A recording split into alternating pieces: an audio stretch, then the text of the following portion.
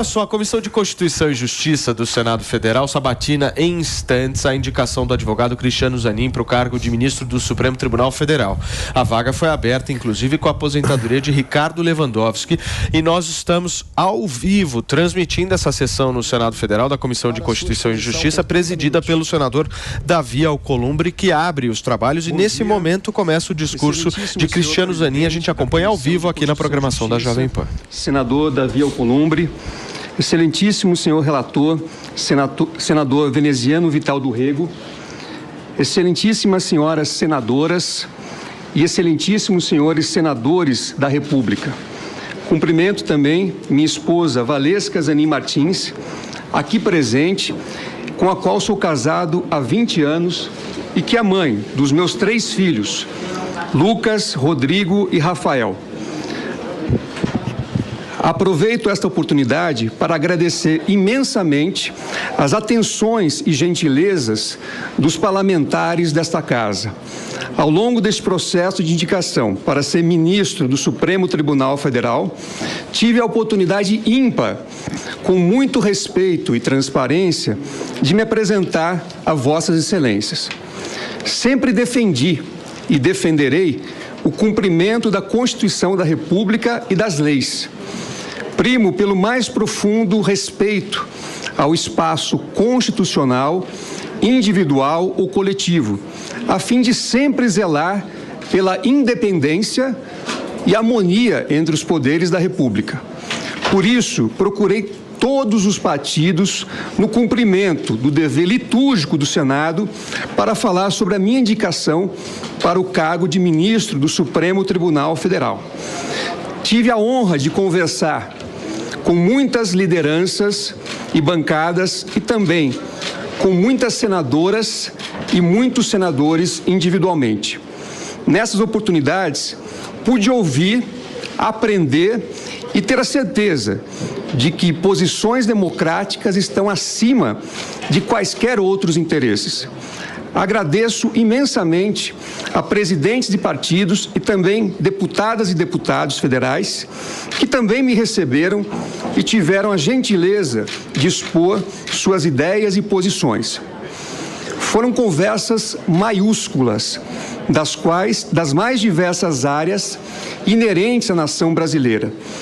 Pude ouvir a voz do Congresso Nacional sobre temas como as pautas de costume, sociais e econômicas, o que muito me engrandeceu e me fez ter a certeza absoluta de que a diversidade de pensamentos é o que nos une, é o que nos faz crescer.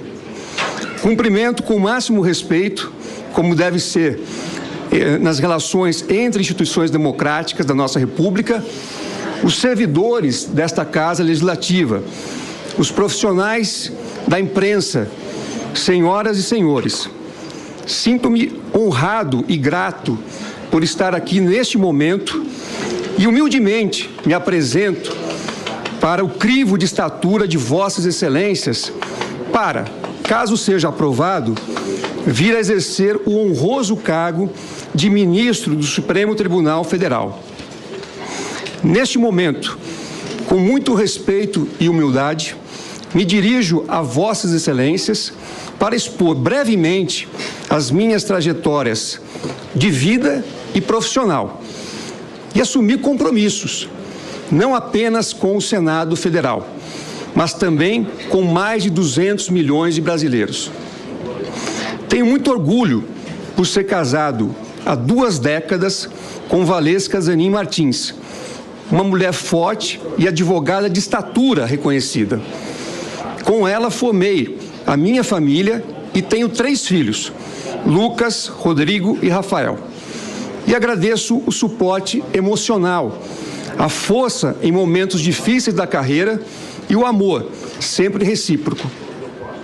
Nasci em 15 de novembro de 1975, em Piracicaba, e lá cresci também.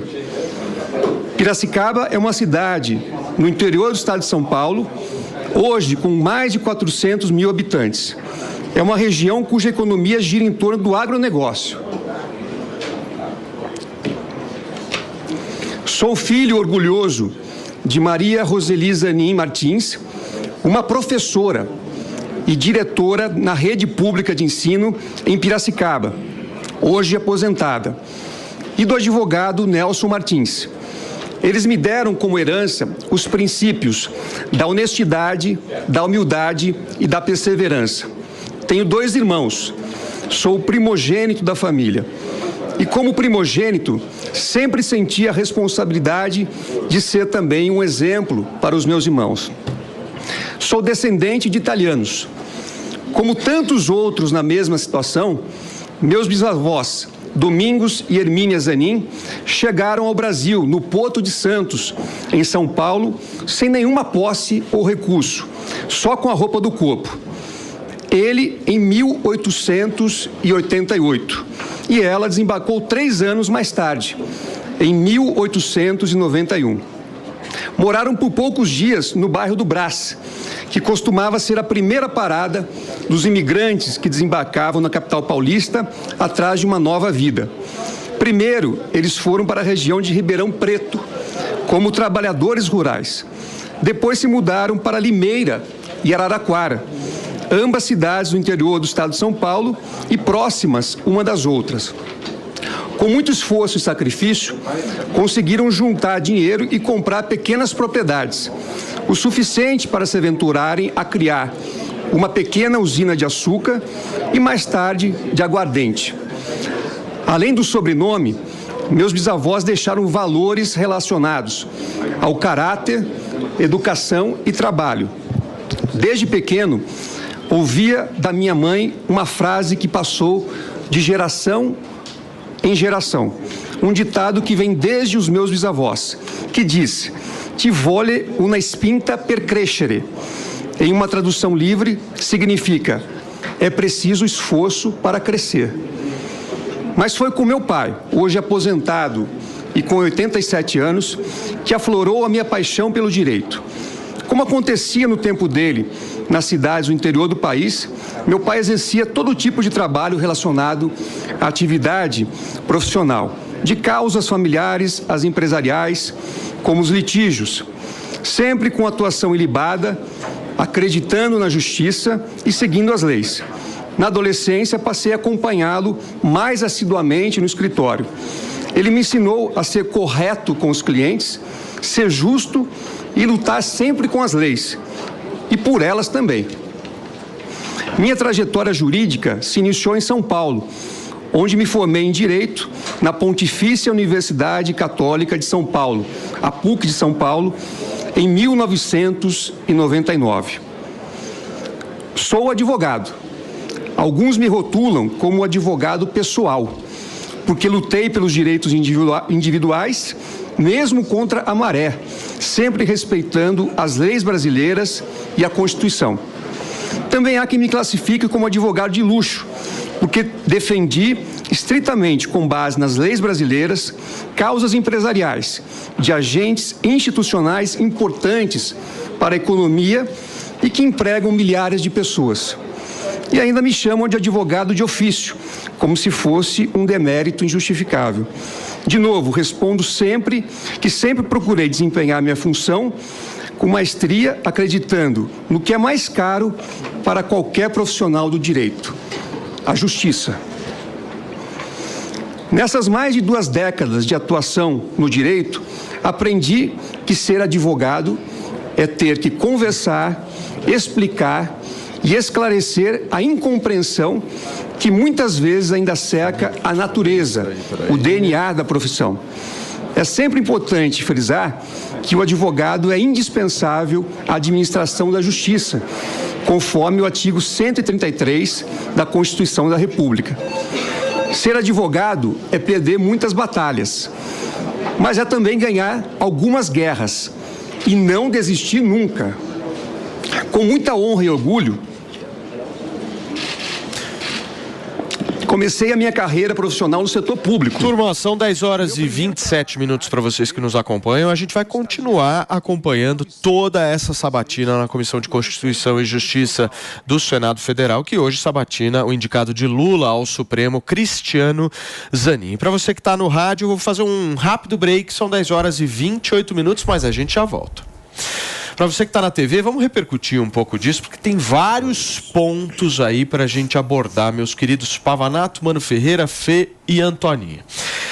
Eu quero saber de vocês o seguinte: das últimas 3 indicações que nós tivemos no Supremo Tribunal Federal, tanto Alexandre de Moraes em 2017, quanto Nunes Marques em 2020 e André Mendonça em 2021, a votação mais apertada foi do André Mendonça. O placar foi 47 votos a favor e 32 contra. Eu tô sentindo que esse placar vai ser mais folgado hoje.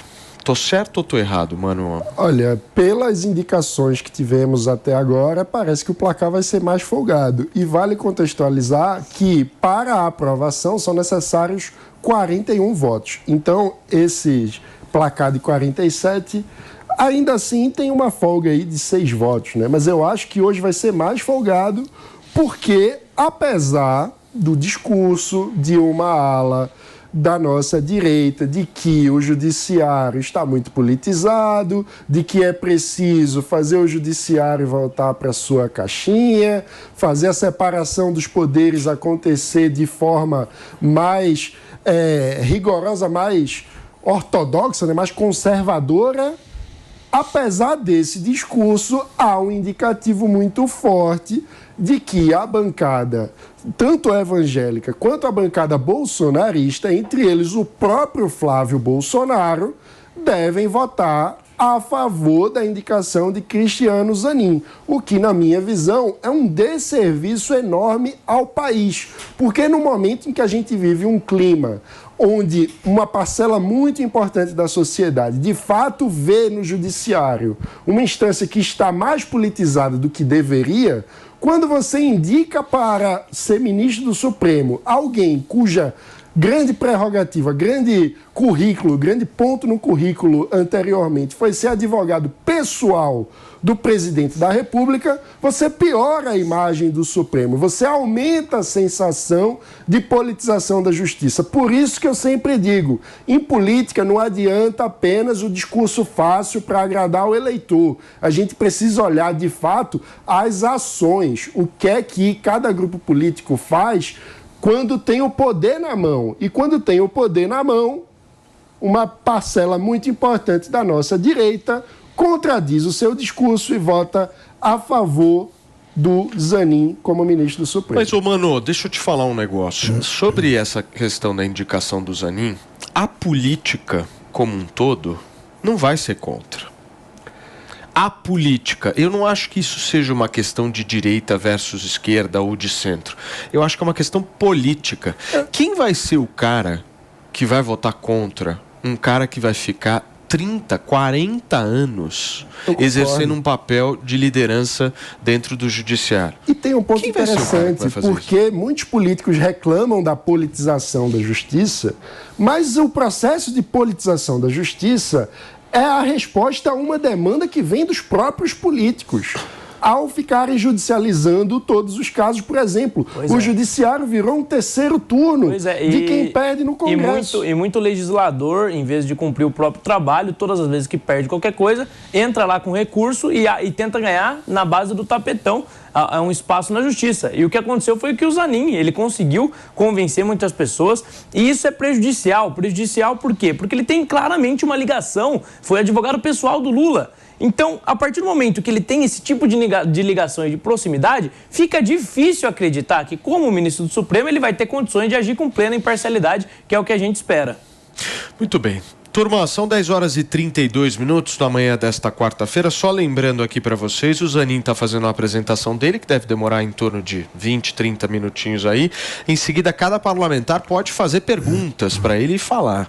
Olha só, para você que chegou agora no rádio, são 10 horas e 32 minutos. A gente está repercutindo um pouco da sabatina que acontece na Comissão de Constituição e Justiça do Senado Federal com o advogado de Lula, Cristiano Zanin, que foi indicado para o Supremo Tribunal Federal.